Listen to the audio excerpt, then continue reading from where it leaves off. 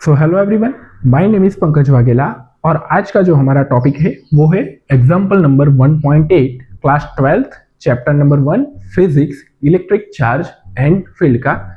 चलिए देखते हैं इसका सॉल्यूशन अकॉर्डिंग टू एनसीईआरटी। अब यहाँ पे देखिए, मैं आपको क्वेश्चन समझा देता हूँ। यहाँ पे हमें एक ट्राइंगल दिया गया है, ट्राइंगल ये रहा और यहाँ पे दो चार्जेस दिए गए हैं। दो चार्जेस है Q1 एंड Q2। ये जो दो चार्जेस है Q1 एंड Q2, उनके बीच का जो सेपरेशन है वो है 0.1 और जो ट्राइंगल की लेंथ है वो भी कितनी है, 0.1 है। ठीक है, अभी जो ये Q1 चार्जेस है वो कैसा चार्जेस है, वो प्लस चार्जेस है और ये जो Q2 चार्जेस है वो कैसा है, Q2 चार्जेस जो है वो कैसा है, माइनस चार्जेस है। ठीक है, ओके। चलिए ध्यान से समझिए। अब आप, हमें क्या बताया गया है, हमें पूछा गया है कि पॉइंट ए पे, पॉइंट बी पे और पॉइंट सी पे इलेक्ट्रिक फील्ड कितना लगेगा due to Q1 and Q2। तो चलिए शुरू करते हैं। अब हमें पता है कि हमें Q1 और Q2 की वैल्यू ऑलरेडी एनसीईआरटी बुक में दी गई है।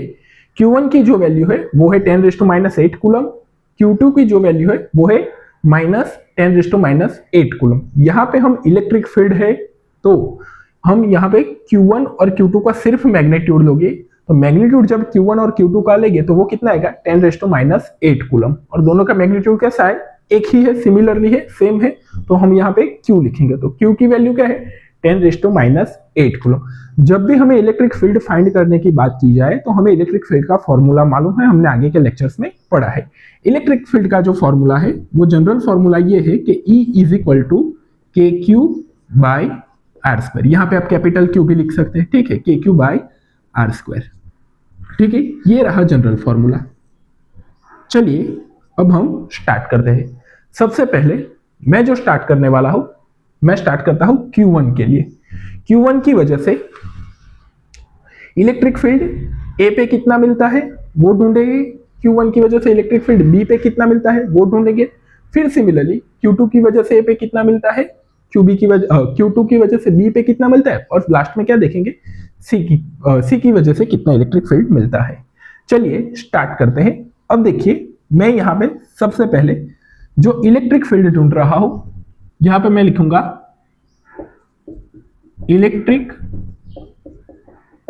फील्ड एट पॉइंट ए से स्टार्ट करते हैं।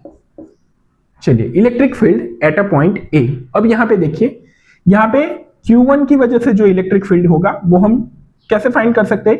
Q1 कैसा चार्ज है, पॉजिटिव चार्ज है, और हमें पता है कि जो पॉजिटिव चार्ज होता है तो जो इलेक्ट्रिक फील्ड है वो कैसा होता है, बाहर की साइड होता है, आउटसाइड होता है, आउटवर्ड होता है। ठीक है, और जो ये डिस्टेंस है वो भी हमें पता है कि ये जो डिस्टेंस है वो कितना है, 0.05। ठीक है, तो इलेक्ट्रिक फील्ड का अगर मैं यहाँ पे फॉर्मूला रखूंगा, देखिए मैं यहाँ पे इलेक्ट्रिक फील्ड ड्यू टू कौन सा चार्ज है, 1 चार्ज है, और किस पर ढूंढ रहे हैं, ए पॉइंट पे, तो electric field due to A1A। ठीक है, ए पॉइंट पे Q1 की वजह से जो इलेक्ट्रिक फील्ड होगा उसको मैं क्या बोलूंगा, E1A। यहाँ पे क्या आएगा, Q1, उसके बीच का डिस्टेंस क्या है, R², यानी कि 0.05²। और इसकी डायरेक्शन कहां पे रहेगी, इसकी डायरेक्शन कहां पे रहेगी, राइट साइड पे। तो ये जो डायरेक्शन होगी वो कहां पे होगी, राइट साइड पे होगी। अभी मैं यहाँ पे नोट नहीं कर रहा हूं। ठीक है, सिमिलरली अब यहाँ पे देखिए, जो, चलिए लिख देते हैं राइट साइड। ठीक है, जो डायरेक्शन होगी वो राइट साइड होगी। सिमिलरली Q2 की वजह से ए पॉइंट पे जो इलेक्ट्रिक फील्ड होगा वो कितना होगा, देखिए Q2 कैसा है, Q2 नेगेटिव है, और जब Q2 नेगेटिव है तो इलेक्ट्रिक फील्ड की डायरेक्शन कहां पर है, रेडियली इनवर्ड। जो Q2 पर जो डायरेक्शन होगी इलेक्ट्रिक फील्ड की ए पॉइंट पे, वो कहां पे होगी, Q2 की तरफ होगी। यहाँ पे देखिए Q1 पॉजिटिव है तो Q1 से अवे होगी और Q2 से क्या होगी, उसके अंदर आएगी। तो यहाँ पे देखिए electric field due to charge Q2 at a point A. ठीक है, तो इलेक्ट्रिक फील्ड किसकी वजह से, सेकंड नंबर के चार्ज की वजह से, किस पॉइंट पे, ए पॉइंट पे। तो ये जो डिस्टेंस है वो कितना होगा, KQ/R²। सिमिलरली तो यहाँ पे मैं क्या लिखूंगा, KQ2/R²। ये देखिए ये डिस्टेंस कितना है, 0.05², और ये इसकी डायरेक्शन भी किस तरफ होगी, राइट साइड होगी। अब यहां पे देखिए दो इलेक्ट्रिक फील्ड लग रहे हैं पॉइंट ए पे, और दोनों की डायरेक्शन कहां पे है, दोनों की डायरेक्शन राइट साइड पे है। तो अब हम क्या करेंगे, दोनों का मुझे ए पे, जो ए पॉइंट है वहां पे मुझे नेट इलेक्ट्रिक फील्ड ढूंढना है। तो मैं क्या करूंगा, दोनों का सम करूंगा। मैंने यहाँ पे सम क्यों किया है वो आप बात याद रखिएगा, क्योंकि दोनों की डायरेक्शन कैसी है, सेम है। जब भी हम इलेक्ट्रिक फील्ड का फॉर्मूला यूज करते हैं या जब भी हम कूलम्ब्स लॉ के फोर्स का फॉर्मूला यूज करते हैं, तब हम जो Q1 और Q2 है उसका मैग्नीट्यूड लेते हैं। 99% केस हो गया आपके एनसीईआरटी में जहां पे हम क्या लेंगे, Q1 और Q2 का क्या लेंगे, मैग्नीट्यूड लेंगे। हमें पता है कि जो इलेक्ट्रिक फील्ड है वो कैसा है, वो वेक्टर है, तो इसीलिए हमने साइड में पीछे क्या बता दी है, एक डायरेक्शन भी दिखा दी है। तो ई नेट क्या होगा, ई नेट होगा E1A प्लस E2A। चलिए देखिए E net at a point A पे, अभी हम ए पे ढूंढ रहे हैं, तो क्या आएगा, K Q1 upon 0.05 square plus K Q2 upon 0.05 square. क्यों हमने यहाँ पे सम किया है, क्योंकि दोनों की डायरेक्शन कैसी है, दोनों एक ही डायरेक्शन में है, तो इसका सम होगा। अब देखिए Q1 Q2 की जगह मैं क्या लिख सकता हूँ, Q1 Q2 की जगह मैं क्या लिख सकता हूँ, Q लिखता हूँ। मैं यहाँ पे क्या करूंगा, Q रखूंगा। ठीक है, अब इन दोनों में से क्या कॉमन आ सकता है, ये पूरा टर्म कॉमन आ जाएगा। ये अगर पूरा टर्म कॉमन आ जाता है KQ अपॉन 0.05 स्क्वायर, तो यहाँ पे क्या बचेगा 1, और यहां से भी ये पूरा टर्म बाहर आ जाएगा, तो क्या बचेगा 1। तो 1 प्लस 1 क्या होगा, 2 होगा। तो जो फाइनल आंसर होगा वो क्या होगा, E net is equal to 1 plus 1 2 KQ upon 0.05 square. ठीक है, अब सारी वैल्यू रखिए। ई नेट कहां पे, ई नेट कहां पे, पॉइंट ए पे। 2 K की वैल्यू है 9 इंटू 10⁻⁹ इंटू Q की वैल्यू क्या दी गई है, 10⁻, मैग्नीट्यूड की बात करेंगे सिर्फ 10⁻⁸ कूलम डिवाइडेड बाय 0.05 का स्क्वायर क्या होगा, 0.0025। ठीक है, अगर आप ये सारी वैल्यू पुट करके जो लास्ट का रिजल्ट है वो देखेंगे, तो जो रिजल्ट है वो मैंने ऑलरेडी कैलकुलेट कर दिया है, तो वो मैं आपको दिखा देता हूं कि जो रिजल्ट है वो आएगा 7.2 इंटू 10⁻⁴, कुछ इस तरह का रिजल्ट आएगा। कितना है, 7.2। ओके चलिए, तो क्या आएगा, ई नेट इज इक्वल टू, यहां से मैं 1 2 3 4 पॉइंट ले लेता हूं, तो 7.2 इंटू 10⁻⁴। अब देखिए इलेक्ट्रिक फील्ड है तो इसका यूनिट क्या आएगा, newton. E is equal to F/Q, तो न्यूटन अपॉन कूलम। अब यहां पे आप आगे देखिए कि ई नेट, ये तो हमें वैल्यू मिली कहां पे, पॉइंट ए पे, लेकिन डायरेक्शन कहां पर रहेगी, E1 ए पे। जो Q1 की वजह से इलेक्ट्रिक फील्ड था वो भी इस डायरेक्शन में था, Q2 की वजह से जो इलेक्ट्रिक फील्ड था वो भी इस डायरेक्शन में था। तो जो फाइनल इलेक्ट्रिक फील्ड होगा वो भी किस डायरेक्शन में होगा, जो नेट इलेक्ट्रिक फील्ड है दोनों ही इस डायरेक्शन में है। तो यहां पे जो फील्ड होगा वो कहां पे होगा, at right side. Okay, electric field at direction of electric field. चलिए ऐसा लिखते हैं, direction of electric field, direction of electric field right side, direction of net electric field at a point A. ठीक है, तो आप यहां पे क्या लिख सकते हैं, net electric field, direction of net electric field at a point A at the right direction. इतना नोट कर लीजिए। इसके बाद जो हम ढूंढेंगे वो बी पॉइंट पे ढूंढेंगे।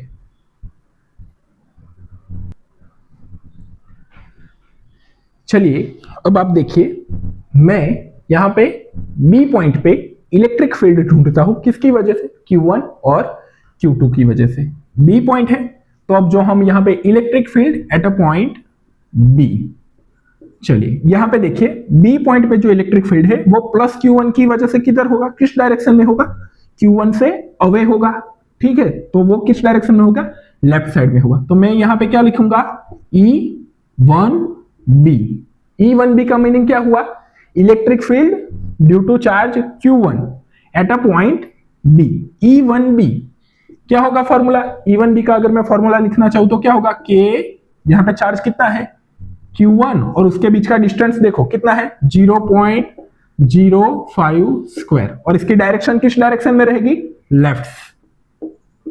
लेफ्ट साइड में होगा, ठीक है, लेफ्ट डायरेक्शन। चलिए आगे देखिए, अब बी पॉइंट पर Q2 की वजह से, यहां पे आप देखिए ध्यान से, बी पॉइंट पे Q2 की वजह से जो इलेक्ट्रिक फील्ड वो होगा वो कहां पे होगा? Q2 कैसा है? Q2 नेगेटिव है, तो नेगेटिव में इलेक्ट्रिक फील्ड की डायरेक्शन कहां होती है? इनवर्ड होती है। तो अब यहां पे जो डिस्टेंस लिखेंगे वो क्या होगा? E ड्यू टू चार्ज 2, और किस पॉइंट पे है? बी पॉइंट पे, तो E2B इज इक्वल टू क्या होगा? K Q2 upon R²। अब देखिए यहां से यहां तक का डिस्टेंस कितना है? 0.05, 0.05 और ये 0.05, टोटल कितना हुआ? 0.15 का स्क्वायर, ठीक है। और इसकी डायरेक्शन कहां पे रहेगी? देखो Q2 कैसा है? नेगेटिव है, तो नेगेटिव है तो डायरेक्शन कहां पे होगी? इनवर्ड पे होगी, और इनवर्ड ये डायरेक्शन कौन सी है? राइट साइड पे। लेफ्ट साइड की डायरेक्शन ये थी और राइट साइड की डायरेक्शन ये है। अब यहां पे देखिए, नेट इलेक्ट्रिक फील्ड अगर मुझे ढूंढना है, बी पर टोटल दो इलेक्ट्रिक फील्ड लग रहे हैं Q1 और Q2 की वजह से, अगर मुझे नेट इलेक्ट्रिक फील्ड ढूंढना है तो मैं क्या करूंगा? अब दोनों का मैं एडिशन करूंगा या सब्सट्रैक्शन करूंगा? एक यहां पे है और एक यहां पे है, तो मैं क्या करूंगा? दोनों का क्या करूंगा? सब्सट्रैक्शन करूंगा, क्योंकि दोनों की डायरेक्शन कैसी है? ठीक है, और ऑपोजिट है। अब आप यहां पे देखिए, Q2 की वजह से इलेक्ट्रिक फील्ड स्ट्रांग होगा या Q1 की वजह से इलेक्ट्रिक फील्ड स्ट्रांग होगा? तो आप देखिए, जो Q2 है, ठीक है, जो Q2 है उसकी वजह से जो इलेक्ट्रिक फील्ड होगा बी पॉइंट पे वो कैसा होगा? वो वीक होगा, क्योंकि ये डिस्टेंस देखिए ज्यादा है। जबकि Q1 की वजह से जो इलेक्ट्रिक फील्ड था, Q1 की वजह से किस डायरेक्शन में था इलेक्ट्रिक फील्ड? लेफ्ट साइड में था, तो वो कैसा होगा? ज्यादा स्ट्रांग होगा, ठीक है। तो हम क्या करेंगे? Q1 की वजह से ज्यादा है तो ज्यादा में से कम को माइनस करेंगे। E net is equal to E1B minus E2B। चलिए देखते हैं, E net is equal to E1B की वैल्यू क्या है? K।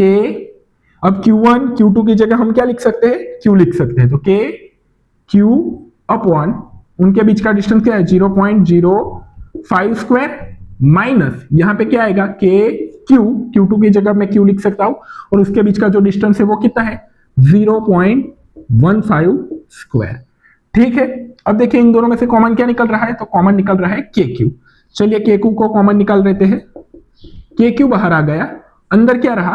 1/0.05 का स्क्वायर माइनस 1/0.15 का स्क्वायर, ठीक है। चलिए अब सारी वैल्यू पुट करते हैं और देखते हैं क्या आता है। E नेट कहां पे ढूंढ रहे हैं? बी पॉइंट पे। E net at a point B. जो E नेट होगा वो क्या आएगा? K की वैल्यू रखे, K की वैल्यू क्या होगी? 9 इंटू 10⁻⁹। Q की वैल्यू कितनी है? 10⁻⁸ कूलम। और यहां पे देखिए 1/0.05 क्या होगा? 0.0025 माइनस 1/0.15 का स्क्वायर क्या होगा? 0.225, ठीक है। और यहां पे क्या है? 9 इंटू 10⁻²। अगर आप ये कैलकुलेशन करेंगे कैलकुलेटर के अंदर तो क्या आएगा? मैं थोड़ा आपको बता देता हूं, यहां पे मैंने ऑलरेडी कैलकुलेशन की हुई है। तो 9 इंटू 10⁻⁹ इंटू 10⁻⁻8 कूलम। अब यहां पे देखिए 1 अपॉन डिवाइडेड में आप करेंगे तो जो आपको मिलेगा वो होगा 400 माइनस 44.44। और ये जब आप कैलकुलेशन करेंगे तो जो आपको मिलेगा वो क्या? अगर 9 में से 8 जाएगा तो क्या रहेगा? 1। तो क्या आएगा? 9 इंटू 10⁻1 यानी कि 90। और यहां पे क्या आएगा? 355.56। अब यहाँ पे इन दोनों का ये 90 हो जाएगा, तो जो फाइनल इलेक्ट्रिक फील्ड होगा उसकी जो वैल्यू होगी वो होगी 0.4, ठीक है। और जो बुक में दिया गया है इसको लिखते हैं 3.2 इंटू 10⁻⁴ न्यूटन पर कूलम। अब ये जो ई नेट इलेक्ट्रिक फील्ड आया वो किस डायरेक्शन में होगा? ई नेट पे जो इलेक्ट्रिक फील्ड आया Q1 की वजह से था वो ज्यादा था, Q2 की वजह से था वो कम था। तो जो फाइनल आंसर होगा वो कहां पे होगा? ये ज्यादा डायरेक्शन है, यहां पे 10 है और यहां पे 2 है, तो जो फाइनल आंसर 8 आएगा वो कहां पे आएगा? लेफ्ट साइड में आएगा। तो इसकी डायरेक्शन क्या रहेगी? Left side. ठीक है, आई होप ये क्लियर हो गया होगा। नोट कर लीजिए, उसके बाद हम सी पे देखते हैं कितना इलेक्ट्रिक फील्ड है।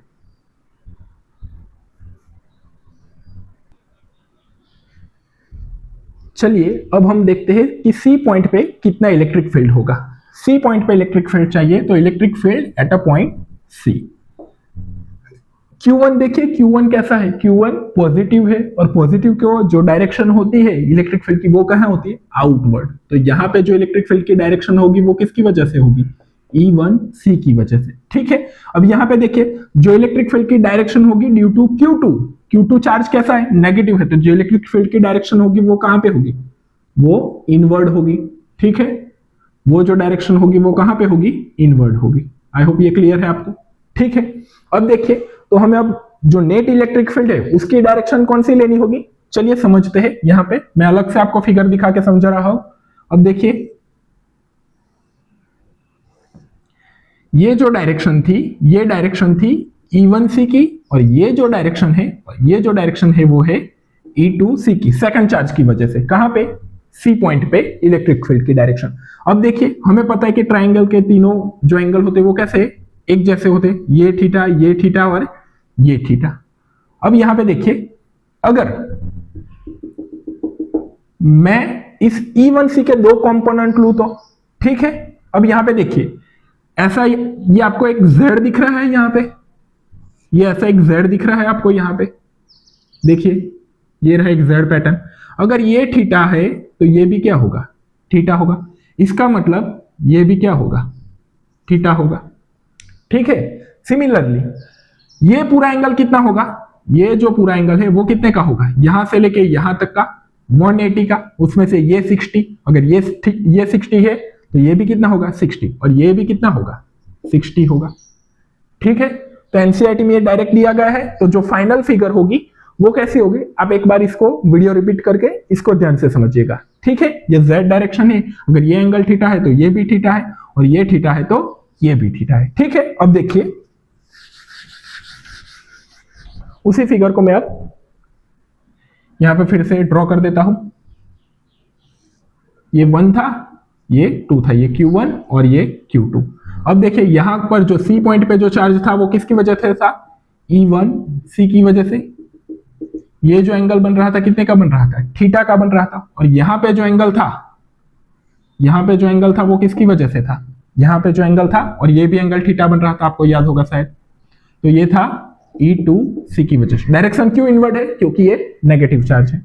अब देखिए इसके दो कंपोनेंट हो गए, यहां पे जो एक कंपोनेंट आएगा वो कौन सा होगा, E1C cos थीटा, और जो ऊपर कंपोनेंट होगा वो कौन सा होगा,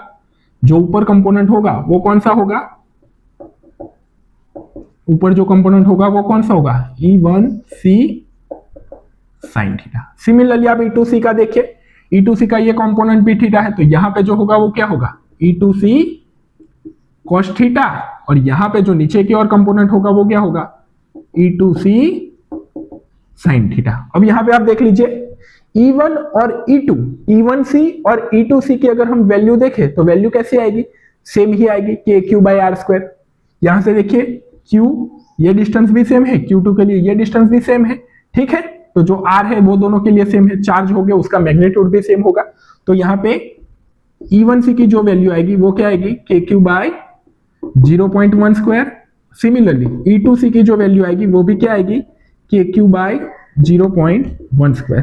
तो मैं यहाँ पे आपको क्या बोल रहा हूं कि जो E1C है वो E2C के बराबर ही है, और इसको मैं क्या लिखता हूं, फाइनल कोई भी नाम देते थे, EC देते हैं। ठीक है, तो इन दोनों की जगह मैं क्या लिख सकता हूं, EC लिख सकता हूं। ठीक है, अब आप यहां पे देखिए ये दोनों कंपोनेंट तो कैंसिल हो जाएंगे क्योंकि दोनों सेम है और ऑपोजिट है। यहां पे ये देखो जो E1C और E2C है दोनों की डायरेक्शन सेम है, तो यहां पे क्या होगा, उनका क्या होगा, सम होगा, दोनों की डायरेक्शन सेम है, तो क्या होगा E1C प्लस E2C। ठीक है, अब E1C की वैल्यू क्या आएगी यहाँ पे, E net is equal to E1C cos theta plus यहां पे क्या है E2C की value, E2C cos theta. I hope ये क्लियर है। चलिए आगे देखिए क्या करता हूं। अब मैं क्या करूंगा, जो cos थीटा है, थीटा की वैल्यू कितनी है 60 डिग्री है, तो यहां पे मैं क्या लिखूंगा cos 60 ई नेट जो फाइनल आएगा वो क्या होगा e cos 60 लिखू e cos 60 plus e cos 60। क्यों मैंने ऐसा लिखा, e क्यों लिखा, क्योंकि दोनों की जो मैग्नीट्यूड है वो कैसा है सेम ही है। तो यहां पे क्या होगा e net is equal to e cos 60 की वैल्यू 1/2 प्लस यहां पे e और cos 60 की वैल्यू 1/2। e नेट आएगा वो क्या आएगा e/2 प्लस e/2, ये आधा और ये आधा मिलके कितना हो जाएगा, एक पूरा हो जाएगा। तो e नेट की वैल्यू कितनी आएगी, e आएगी, और उसकी वैल्यू क्या है e net is equal to kq by r square. Value put कीजिए, e net is equal to 9 into 10⁻⁹ upon q is equal to 10⁻⁸ coulomb, और इनके बीच का जो डिस्टेंस है वो है 0.1 स्क्वायर। अगर आप फाइनल जो आंसर देखेंगे तो जो फाइनल आंसर होगा वो आंसर है अकॉर्डिंग टू एनसीईआरटी 9 इंटू 10⁹ ठीक है, एक बार मैं कंफर्म कर लेता हूं। Okay, kq by r square 9 into 10⁹ unit क्या आएगा न्यूटन पर कूलम, और इसकी जो डायरेक्शन होगी वो किस डायरेक्शन में होगी, डायरेक्शन कौन सी होगी इसकी, देखिए फाइनल डायरेक्शन ये मिल रही है, तो डायरेक्शन कौन सी होगी राइट साइड। ये जो मैंने पूरा एग्जांपल है वो अकॉर्डिंग टू एनसीईआरटी की जो मेथड है उसी से पढ़ा है। अब यहाँ पे देखिएगा आप अपनी बुक में, तो यहाँ पे ब्लू कलर का एक एरो होगा, वो क्या दिखा रहा है net direction of the at a point C. यहाँ पे जो ए पॉइंट पे जो इलेक्ट्रिक फील्ड की डायरेक्शन होगी वो इस डायरेक्शन में, क्यों, क्योंकि दोनों की वजह से इस डायरेक्शन में थी, यहाँ पे थी वो, एक यहाँ पर थी और एक यहाँ पर थी, तो कौन सी बड़ी थी, ये वाली बड़ी थी, ठीक है, तो इसकी वजह से इस डायरेक्शन में होगा। तो आप देखिएगा एक एरो यहाँ पे होगा, एक एरो यहाँ पे होगा और एक एरो यहाँ पे होगा। ब्लू एरो क्या दिखा रहा है, वो दिखा रहा है कि नेट इलेक्ट्रिक फील्ड की जो डायरेक्शन होगी जो हमने लास्ट में लिखी है वो किस डायरेक्शन में होगी। आई होप ये क्लियर है। वीडियो थोड़ा लंबा हो गया है लेकिन मैंने जो पूरा समझा है वो डिटेल में समझा है, नोट कर लीजिए एक बार।